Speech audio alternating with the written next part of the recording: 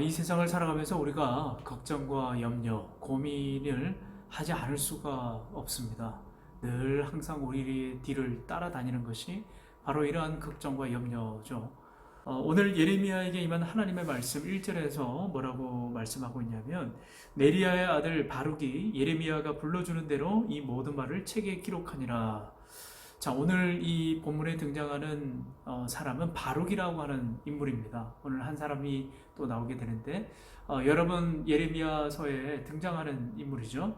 지금 오늘 이 상황은요, 유다가 멸망하기 직전의 그 상황입니다. 3절에 내가 일찍이 말하기를 화로다 여호와께서 나의 고통에 슬픔을 더하셨으니 나는 나의 탄식으로 피곤하여 평안을 찾지 못하도다. 자, 오늘 예레미야를 통해서 전해준 하나님의 말씀은 바룩이 그 고통 가운데 탄식 가운데 있었고 그 탄식을 하나님께서 들으셨다라고 하는 응답에 대한 메시지로 이렇게 시작이 되고 있습니다.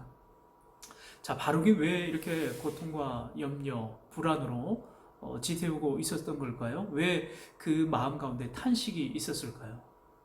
바룩과 예레미야는 늘 함께 했던 사람입니다. 심지어 예레미야가 전해준 그 하나님의 말씀을 요야김 그 왕 앞에 예언의 말씀을 선포했을 때 요야김이 그 두루마리를 불에 태워버렸을 그 당시에도 바룩은 있었죠.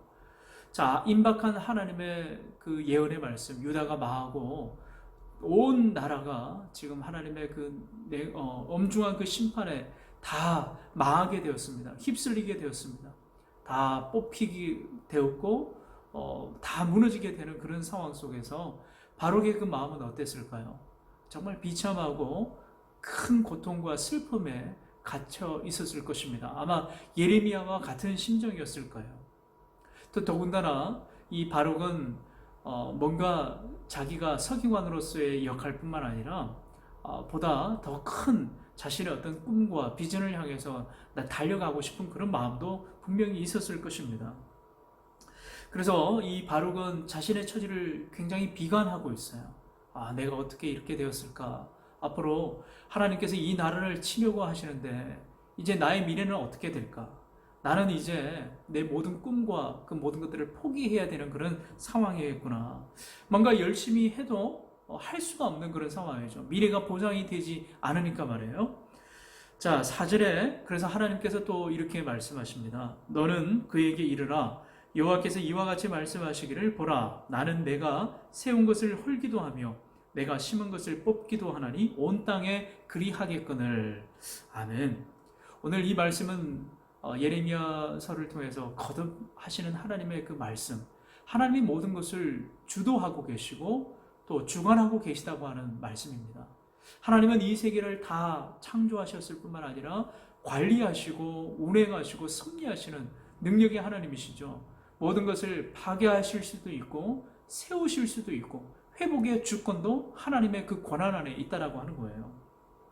이 모든 세계를 움직여 나가시고 자신의 뜻에 합당한 그런 일들을 행하시는 분이 하나님의 권한입니다. 능력입니다.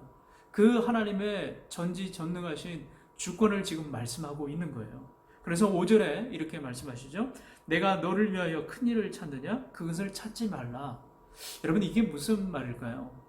지금 하나님의 심판이 유다 땅 가운데 임할 것입니다. 그것은 분명한 하나님의 뜻이에요. 그럼에도 불구하고 바룩의 마음 가운데는 이루지 못한 꿈에 대한 아쉬움이 있는 거죠.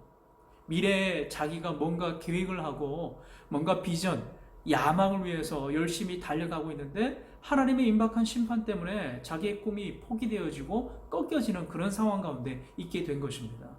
그러자 하나님께서는 내 일을 찾지 말라고 하는 거예요.